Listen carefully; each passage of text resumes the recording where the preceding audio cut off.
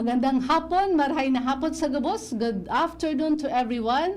Sister Jesie po. Shout out sa lahat na ACI sisters sa Vice Province at sa buong mundo at sa lahat na Rafaelians.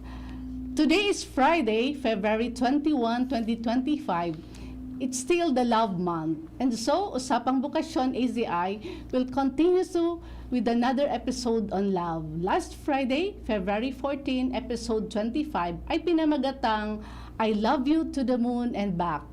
Ngayong hapon, episode 26, ay pinamagatan nating Two Saints, One Great Love, referring to Saint Ignatius of Loyola and Santa Rafaela, respectively. Truly, love is in the air. Aalamin natin mamaya ang kanilang mga kwento. Sobrang excited na kami na ipakilala sa inyo ang ating mga guest, pero bago ang lahat, pabatiin muna natin ang aking co-host. Magandang hapon sa giraray, Sister Nette. Magandang hapon, maray na hapon, maayong hapon sa tanan. Belated birthday greetings, syempre kay Sir Nems Flora. Kahapon nagsimba sila with his wifey, beloved wifey.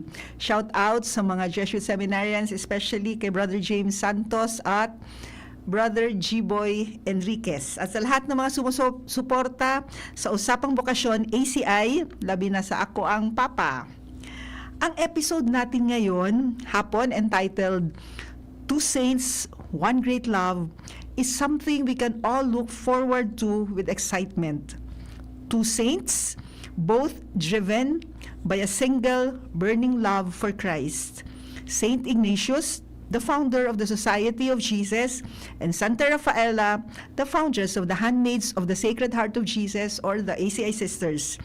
In this episode, our guests will help us unpack the inspiring stories of these two saints whose lives were deeply defined by their one great love. Find out who this one great love is that unites them.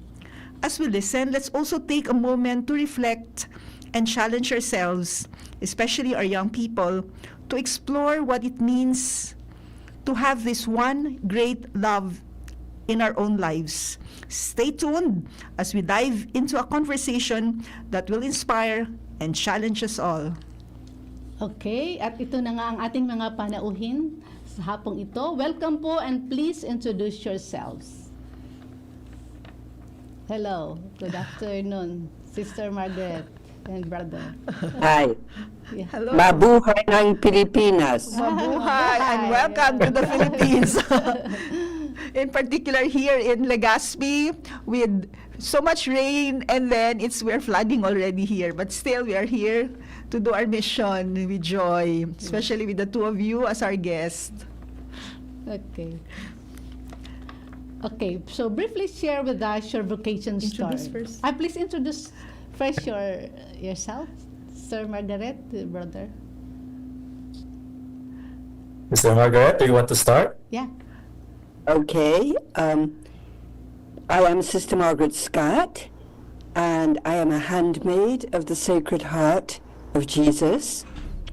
I am living at the moment in the United States of America, in Philadelphia, which is known as the city of brotherly and sisterly love. So I Wow. think it goes very well with our theme today. Yeah. I have been a handmaid, as you can see from my hair, for a very, very long time. That's me, and I am delighted to be here. Salamat po. Thank you. Thank you, Sister. Brother. Hello po, good afternoon sa ating lahat. I am Brother Johnmar Monato of the Society of Jesus. Ako po'y galing sa Mindanao, from Agusan del Sur. Bisaya po, I speak Bisaya, I also speak Filipino and English. I'm an accountant by profession. I entered the Society of Jesus in August 2021.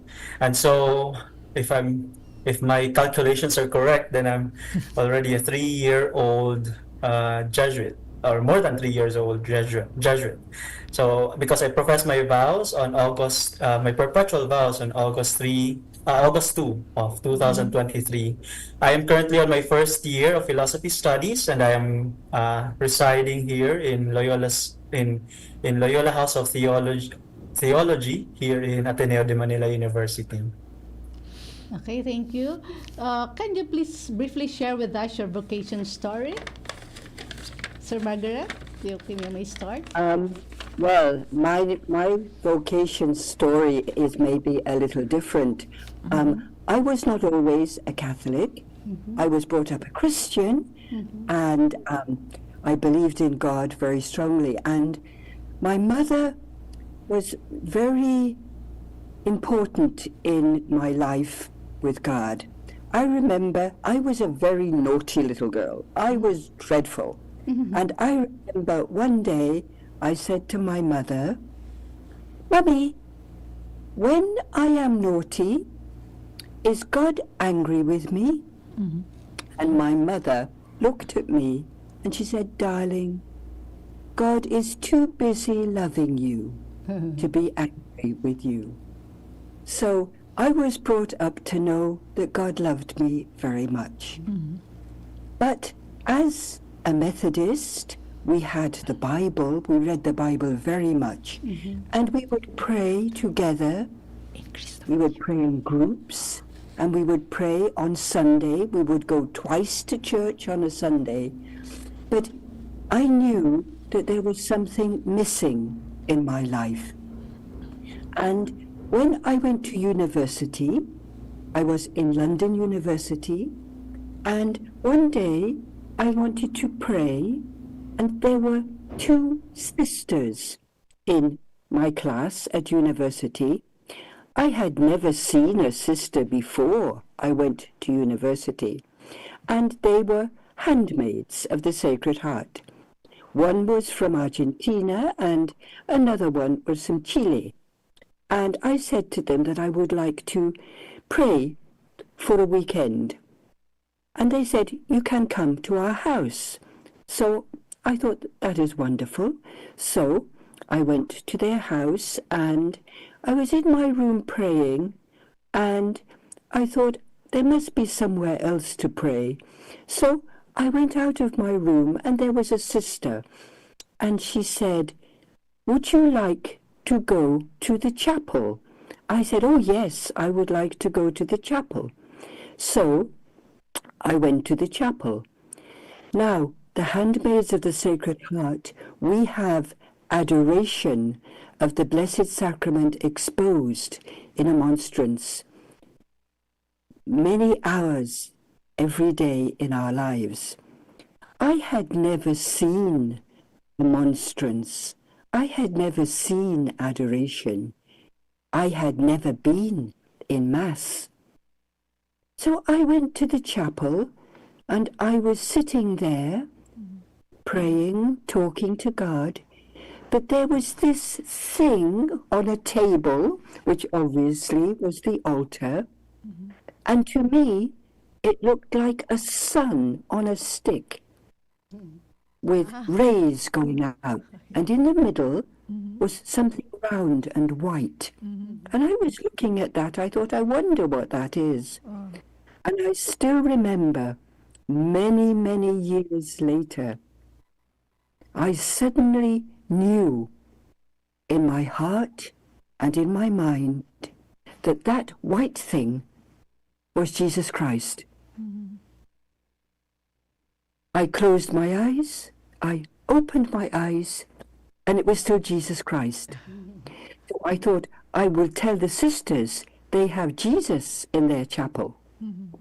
But of course, the sisters knew that they had Jesus in their chapel.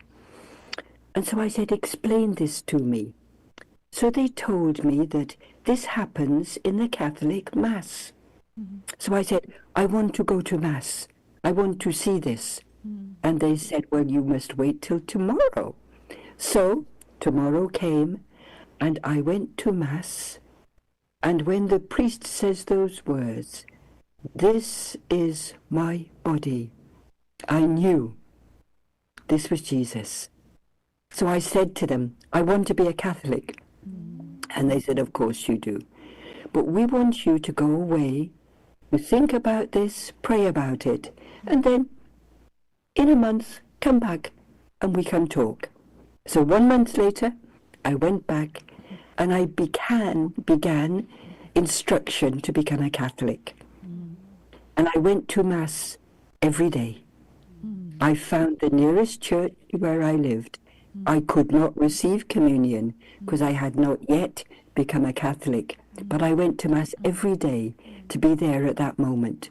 And then, when I became a Catholic, I knew that I wanted to be part of this group of sisters who had Jesus at the center of their lives. So that is the story of my vocation. Sister Margaret, how old were you then? And then where was that? I was 21, which is a long time ago, in 1960s. Long time ago. I am very old. And where was that? In London. London. Yeah. Thank I you. was at London University. So the sisters who live in London, they still have the community there. It was there. Beautiful. Yeah. So really, from the very beginning, it's Jesus Eucharist. Absolutely. Amen. Mhm. Okay. Yeah. Thank you, sister. Brother? Oh, well, I'm so surprised and I'm at awe right now that as I was listening to Sister Margaret, I can see some resemblances of my own vocation story as well. Now, well, I would start with a joke that I would usually tell my mother when I told her that, I will be entering the Society of Jesus, I want to be a priest. Because I told her, if you did not enroll me to a Jesuit school, I might not have found this vocation. And then she would just laugh because she was the one who wanted me to stay near. But yes, it was in university as well that I found, or somehow I started to hear this calling, a calling of service at first, because when I was in the middle of my university studies, I became involved in a volunteer work. So we were sent to serve in apostolate areas of the school, especially during NSTP, the National Service Training Program. And so I started to see, or I started to ask myself, is there more to what I am studying? Because my background is accountancy. And so all I do is to, study numbers, analyze. And so I started asking myself, is there more to this? And so I was also attracted to the servers in our college chapel, because I did not serve as an altar server when I was in college, and even when I was growing up. So there was this initial attraction to that. But then when I graduated college, and then I passed the board exam, I said, is this it? Am I going to do accounting for the rest of my life? And I was applying to different companies and to different accounting firms. But alas, only one, or not only one, but there's one company that replied to me immediately and even invited me to work with them. And that is the Social Involvement Office of Ateneo de Davao University. And I said, will I be doing accounting there? But then they said, no, you'll be traveling around. You will be meeting people. You will be, you will be involved in community development and sending volunteers to these places. So I said, okay, yes to traveling around. And so when I started traveling around and, meeting people, especially Jesuits, because we sent volunteers to certain parts in Mindanao and also in Southeast Asia. So I was able to travel to Myanmar and saw how Jesuits there are very humble. They're the ones who would take us from the airport, bring us around. Sometimes they even cook for us. And so there was this initial thought, interesting. These men are very interesting. And then when I was able to go to East Timor, I met Filipino Jesuits there who were serving there for many, many years. And then I told myself, wow, okay. And so there was this call that wants, or there is this pull in me that wants to try this kind of life. But I said, no, I'm an accountant. I want to try being an accountant first before, I jump into this. And what's funny was that the Jesuit priest in East Timor, who I met, said, "Oh, we're looking for an accountant." And so I said, "Okay, I'll go there." A month after, I found myself in East Timor, and I served there for 2 years. And that's when I was able to say, being an accountant and being a Jesuit does not need to be mutually exclusive. It can coexist. What I have trained for can still be applied to this kind of life. And earlier, Sister Margaret mentioned about the sun. One of my religious experience there in East Timor was I went hiking. This was during the pandemic. I was stuck there in East Timor during the pandemic, or the initial stages of the pandemic. And one of the priests there organized a hiking trip to, one of their mountains there. So I went with them. And as we were reaching the top, I saw this sun rising. And I closed my eyes and said, this is where the Lord is, in everything that the light touches. And then I opened my eyes and looked at the Jesuits around me. And I said, these men are not perfect. Because one of the things that pulls me away from this call is that I would tell myself, I'm not perfect. I'm a sinner. But when I look at these Jesuits around me, I said, oh, they're also not perfect. But still, God called them, and maybe God is calling me as well to this vocation. And so that's when I said, okay, I'll start discerning more seriously for the Society of Jesus. So yun. Thank you. I would first acknowledge the availability and generosity of Sister Margaret. What time is it there in the U.S.?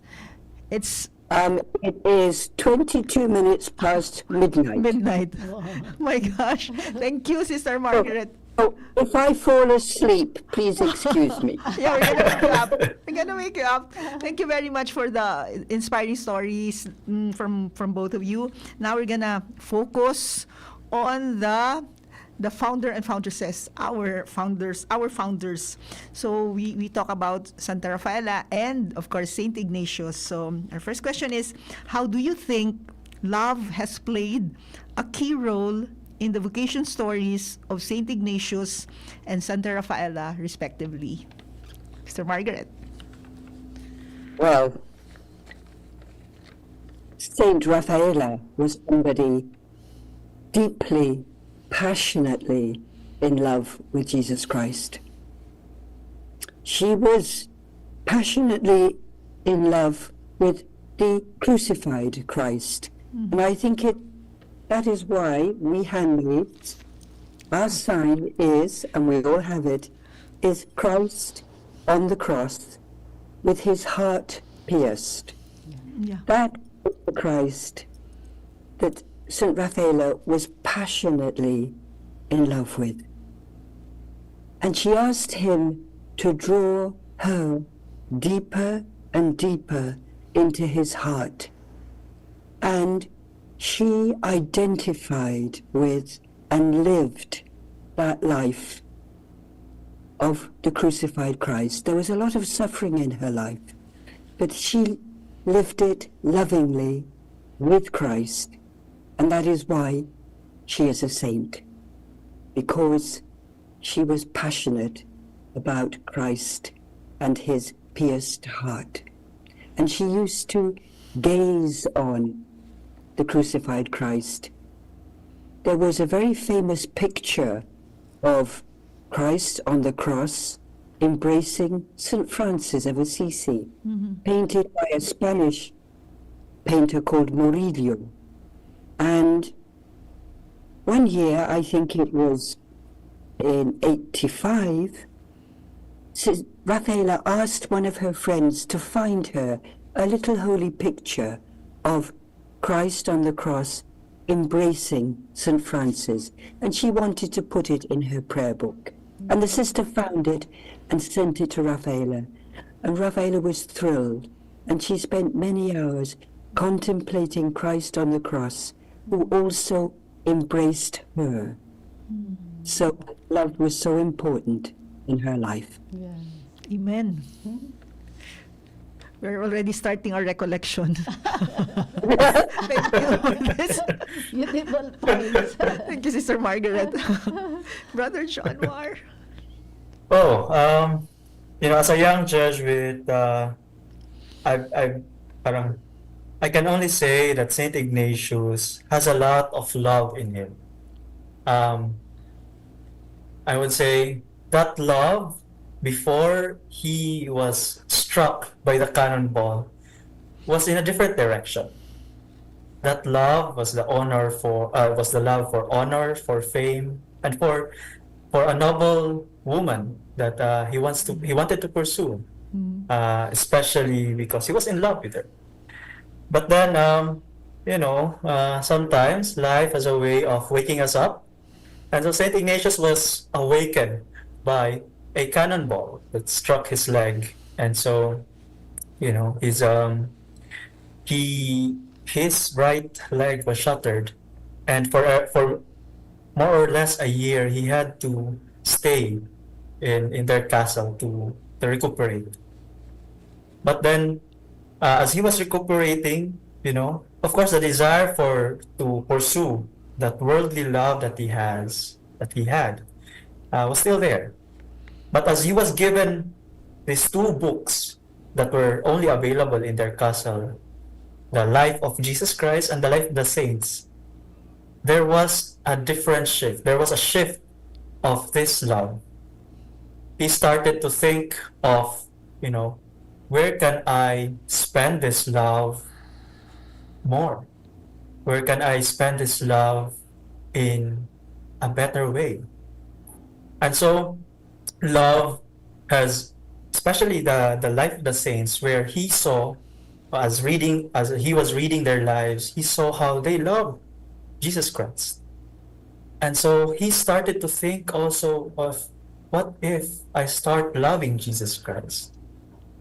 And so throughout the life of Saint Ignatius, since that conversion, a lot of experience of him, and a lot of those that we go back to as Jesuits, is pointing back to love, especially the love of Jesus Christ.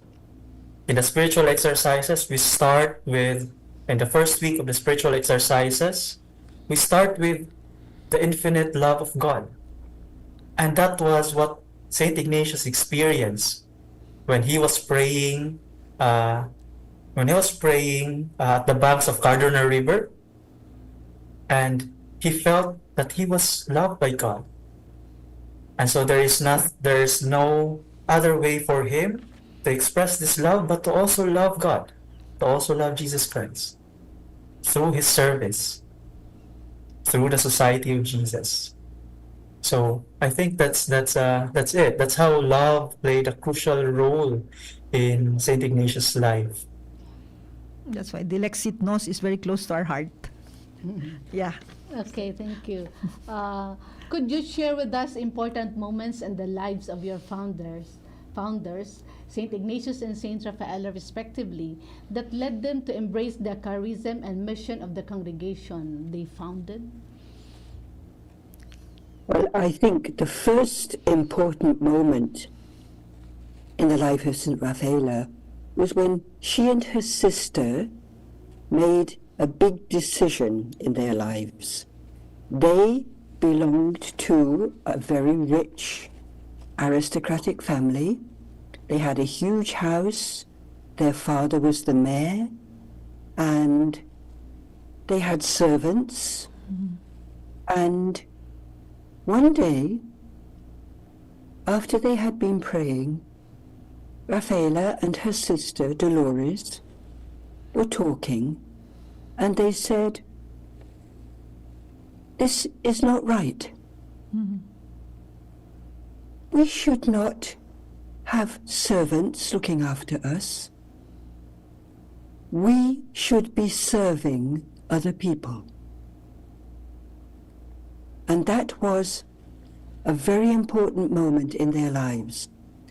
Their brothers were horrified because their brothers were rich people, used to having servants. And when their sisters said, "We have decided that we will not be served any longer, we will serve." And I think was the beginning of their decision to become sisters, people who serve others. And as you know, we are very Eucharistic, and I think it mirrors St. John's version of the Eucharist. As we know in the Gospel of St. John, the Eucharistic symbol is Christ on his knees, washing the feet of the disciples, because Eucharist is service. So that was one important moment, and I think the other was when Tina looked around her with her sister in the Spain in which they lived. It was a time when there was a lot of anti-Christian, anti-Catholic feeling in Spain. Yeah. Very little faith, very little belief in God, and also there was very little education. There was no education for girls, and the poor had no education at all. And Rafaela knew that the only way to bring people out of poverty was to educate them out of poverty. So she realized that as handmaids, we needed to do something to put things right. We call it reparation, but it's putting things right, bringing faith, and if you like, binding up the torn world, healing what needs to be healed, and do it particularly through education. And I always remember that Rafaela used to say that education is a priestly function, and the school is a sanctuary.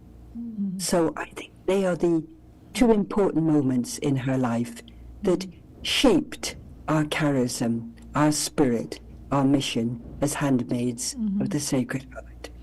Evangelical education and adoration of Jesus in the Blessed Sacrament. Amen. Thank you. Thank you. Sir, brother.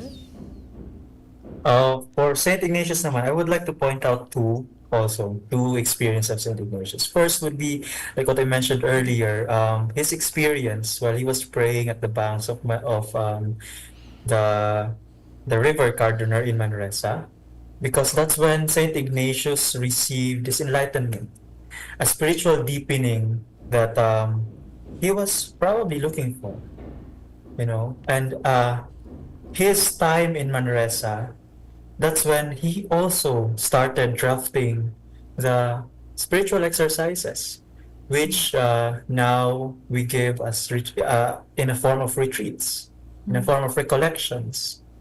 And that's when he also received this grace of knowing that he is loved, that he is loved by God first. It's not that he loved God first, or it's not a contest, because first and foremost, God loved us from the beginning of time. So that's when he knew that this vocation of his is to share this spirituality, to share this love that he experienced to other people through the spiritual exercises. The other one is this travel that they had in Rome, or going to Rome, when Saint Ignatius was praying outside the chapel of La Storta. That's in 1537. They were already Jesuits back then. Or no, they were not yet a Jesuit, but they are already, or the first companions were already traveling towards Rome. And then suddenly he saw this vision of God the Father and Jesus Christ with the cross. And Jesus Christ, or rather, Saint Ignatius pleaded to the Father to place me with your Son. It's his way of offering himself to the service of the crucified Christ, the poor and humble Christ. And so when he and his companions formed the Society of Jesus, and Saint Ignatius was in Rome governing the Society of Jesus, he started drafting the formula of the Institute and the Constitution of the Society of Jesus.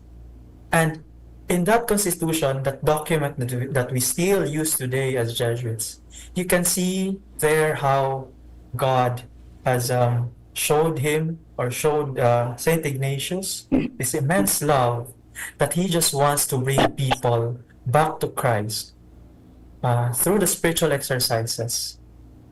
You know, in our formula of Institute, it says there that to be a Jesuit is to save his soul by saving other souls. And so that's what we do nowadays. And even until now, that's what we do from the start, and that's what we do still until now. Okay, we have a common ground, the Ignatian spirituality. Now, the two saints are about 3.5 centuries apart. No? Saint Ignatius didn't envision a female counterpart, and likewise, Santa Rafaela and the first Handmaids didn't consider also a male counterpart. So, and then they share this Ignatian spirituality. Would you like to comment on that? And Sister Margaret, how do we as ACI live the Ignatian spirituality in a way that is uniquely ours, distinct from the Jesuits? Well, how did we get to know Ignatian spirituality? Well, at the very beginning, when Rafaela and her sister wanted to become religious, the bishop invited some French sisters to come to Cordova, and Dolores and Rafaela went there with some of their friends to be novices. And those French sisters were called Marie Reparatrice. Yeah. And they had Ignatian spirituality. And in those days, they did not have the constitutions of St. Ignatius, but they had the rules of St. Ignatius, little books. And I had that little book when I was a novice, many years ago. Now, things did not work out. You know, the people didn't like, the Spanish people didn't like the French sisters, and the French sisters, you know, they didn't really get on with the bishop. So anyway, the sisters decided to leave. But Rafaela and Dolores and their friends decided that they would stay and continue with the help of the bishop. So the French sisters gathered everything and left. But before they left, one of the handmaids took her little rule book and she ran to the pantry and she hid it in a barrel full of beans. So the French sisters couldn't take it away from them. They saved the rule book for the handmaids, which showed how important they felt, because they knew, when they read those rules, Rafaela knew, this is us. Yes, this is us. This explains who we are. This is our identity. This is who we want to be. So from the very beginning, Ignatian spirituality was given to them by those sisters, but they knew, this is us, this is ours. And also, things didn't work out with the bishop and them also, so they went to Madrid. And in Madrid, they found a Jesuit called Father Cotanilla, and he helped them. He was wonderful, and he introduced them to the spiritual exercises of St. Ignatius. And Rafaela fell in love with the spiritual exercises, as I think all handmaids have done. I give the spiritual exercises regularly. I give the 30-day, I give 8 days, I give the 19th annotation. I think that all of us as handmaids, we make those spiritual exercises right from the beginning. In our first year as novices for 30 days. And it's something Raphael called the exercises the little summer of her soul. And I think, the exercises have always been important to us. How do we live it differently from the Jesuits? Well, in some ways we do, and in some ways we don't. I think it's very interesting to know that the present Pope, Pope Francis, when he was in Argentina, his spiritual director was a handmaid, Angelica Nan. So we have to thank Angelica Nan for Pope Francis. So I think in some ways yes, and in some ways no. And there's a joke that apparently many years ago, the Jesuit novice masters in Spain used to tell the Spanish novices, Jesuit masters, they used to say, we have the constitutions of St. Ignatius, but the handmaids of the Sacred Heart live the constitution. Challenge. Brother Johnmar, challenge. So, in some ways, we exactly the same. The third degree of And in some humility. ways differently. Yeah. Thank you, Sister Margaret. Yeah. Thank you, sister. Yes. I would say yes. I would say that charisms in general, especially the charisms of the founders of any religious congregations, those are the gift of this religious founder to the world, especially to their congregation. And so, this charism of the spiritual exercises, the charism of bringing people or saving souls, saving our souls by saving other souls. That is something that we share, and we continue to share as Jesuits and handmaids. Well, despite the difference of eras, the context of Saint Ignatius' time was different, the context of Saint Raphaela's time was different. But then there are things that bound these two religious congregations together, and I think that is love rooted in God. As what Sister Margaret said earlier, that every handmaids would do the spiritual exercises, this 30-day retreat of silence on your first year of novitiate. That's what we also do as Jesuits. So on our first year in the novitiate, we would do the spiritual exercises, the 30-day retreat. And as we would tell ourselves, and as what we are also reminded every time, that one of the things that binds the Society of Jesus together is this common experience of the spiritual exercises. And what is it in the spiritual exercises that binds us together? It's that experience of God's love. God's love that, sends us to wherever we are, or to wherever we are sent, to send us to missions that we may not, have any idea what to do, because it's a love that is transformative.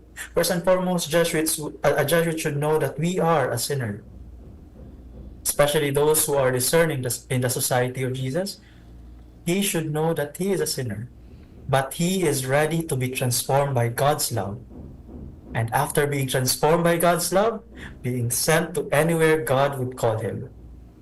And I guess that's what is common to both the Society of Jesus, to the Jesuits and the handmaids.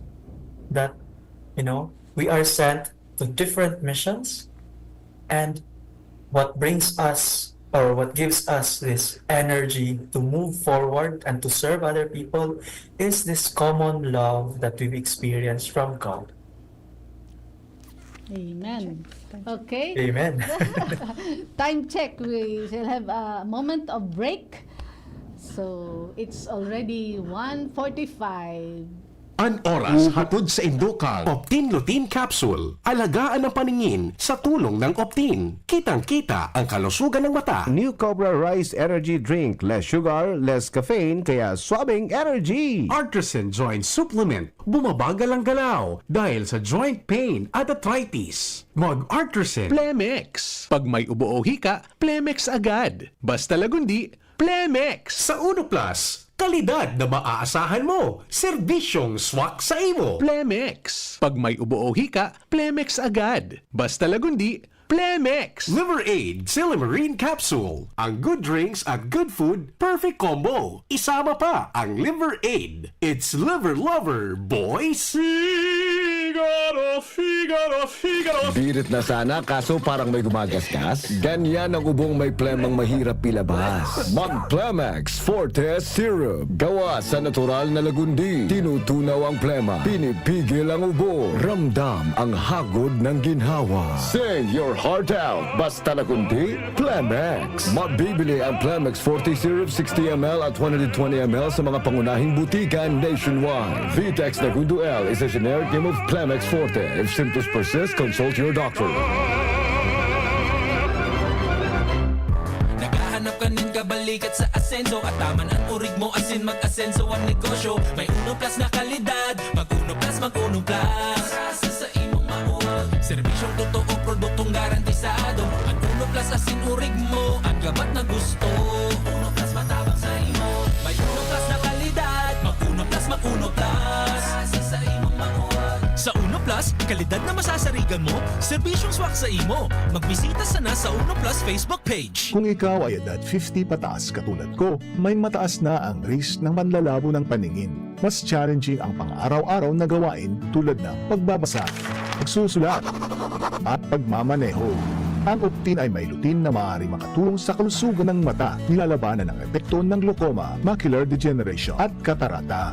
Kitang-kita ang kalusugan. Mabibili ang Optin sa mga pangunahing butika nationwide. Mahalaga ang paalala, ang Optin ay hindi gamot at hindi dapat gamitin panggamot sa anumang uri ng sakit.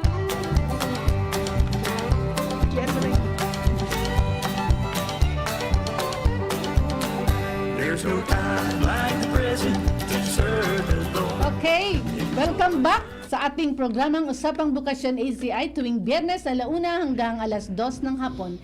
Ipagpapatuloy natin ang ating talakayan tungkol sa episode 26, Two Saints, One Great Love. Okay? Sister Margaret and brother, how does the Ignatian spirituality continue to be relevant in our world today? Oh, very relevant. Yes. Very relevant. Today, where I live in the West, people tend not to go to church now. They aren't so happy about traditional religious worship, but they are hungering for spirituality. And I think that Ignatian spirituality, they find it very, very attractive because they see it as a way to become free, and it is a way to become, as Ignatius would say, men and women for others, because they might not go to church, but they want to help other people. So being men and women for others, I think they find that very attractive. So I think it is very relevant, particularly for the young people where I live, who maybe don't go to Mass anymore, but they have a hunger for spirituality and helping others, and they find that in Ignatian spirituality. Thank you. Brother? I would agree with Sister Margaret, no, because in our world today we have so many distractions. Our young ones would do this and would do that, and instead of going to church, they would do other things that they think would benefit them, especially in in the practical in many practical ways. But I could also see this hunger for silence, this hunger for depth, this hunger for relationship with people around them, and also relationship with the Lord. And it's very relevant because the Ignatian spirituality is encouraging us to go into that space of silence. Ika nga, when we do our 30-day retreat, when we did our 30-day retreat, I heard this in our concluding mass that, okay, the 30-day retreat is like going up to the mountain. And Jesus was transfigured in that mountain. And so we saw that Jesus is transfigured.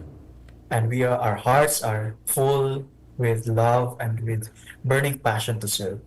And what will we do with that love? We go down from this mountain and serve in the market.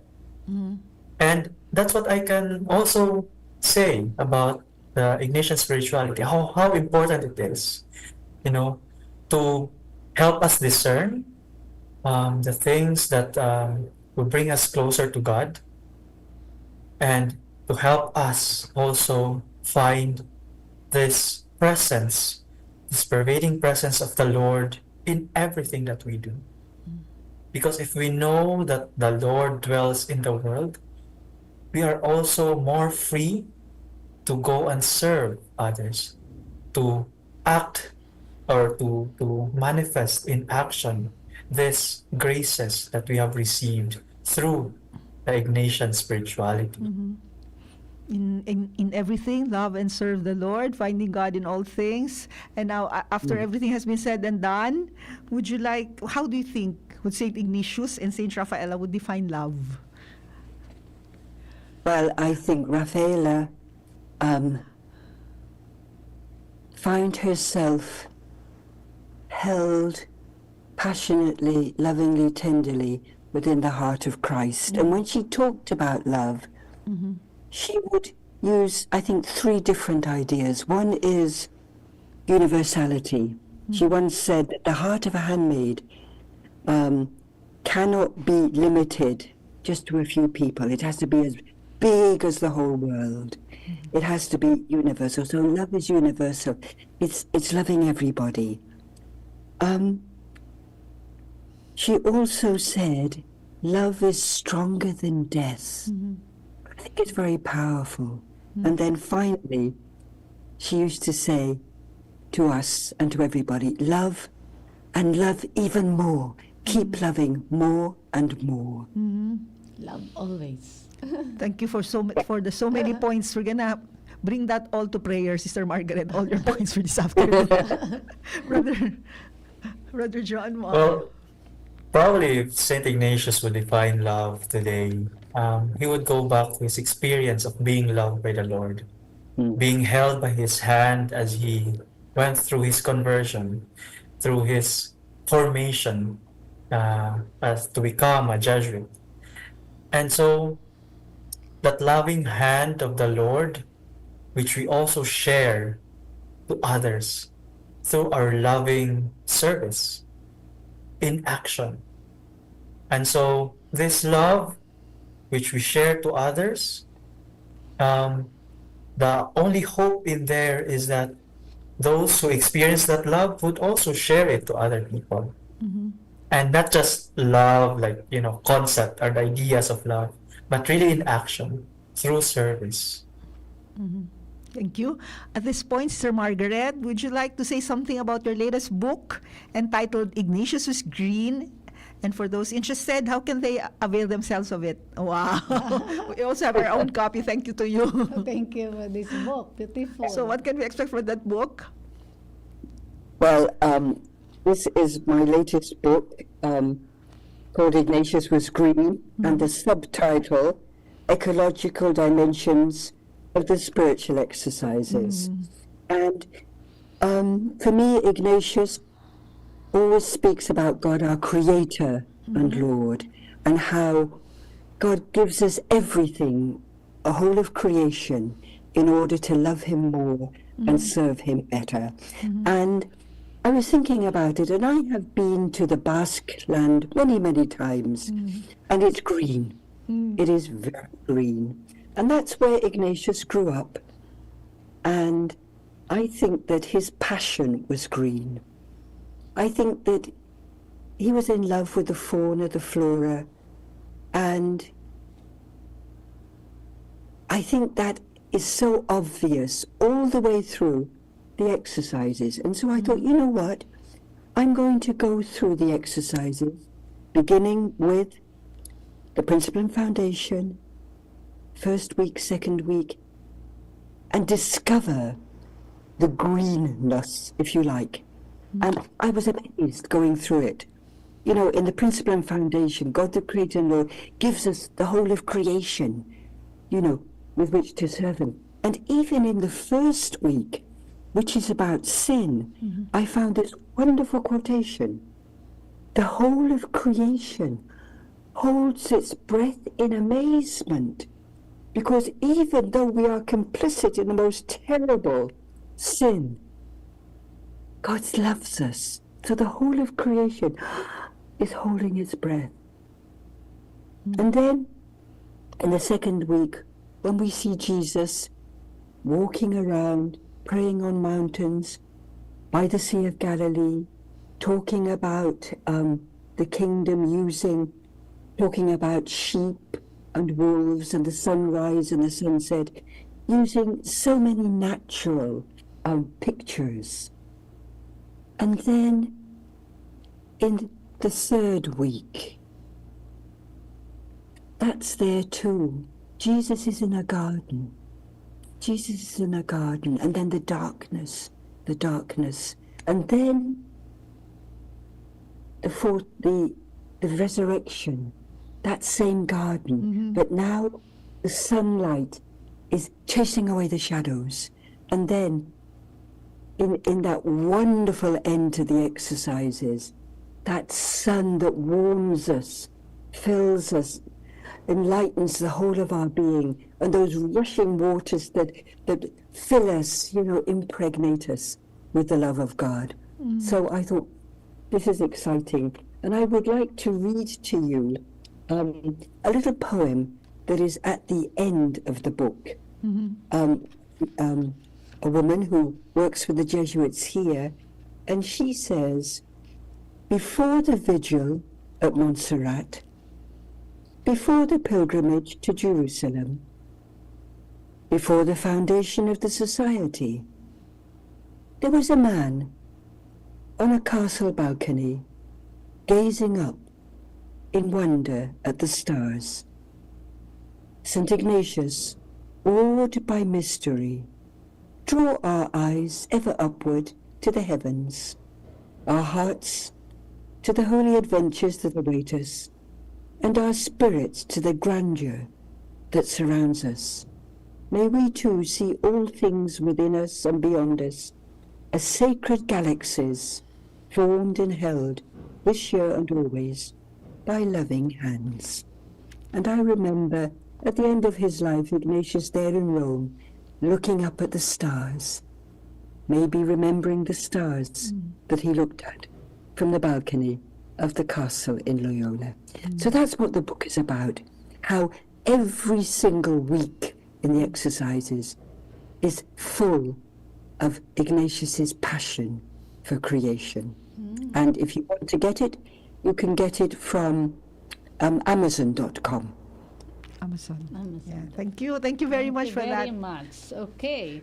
So, ang bilis ng oras. It's time to say goodbye again. But before that, we'll ask first our final question. If Saint Ignatius and Saint Rafaela were here today, what do you think they say to young people searching for love, trying to find God, and seeking meaning and purpose in their lives? I think for Sir Rafaela it would be obvious. As you know, she was totally Eucharistic. And she would say to young people today, listen to Jesus, do this in memory of me.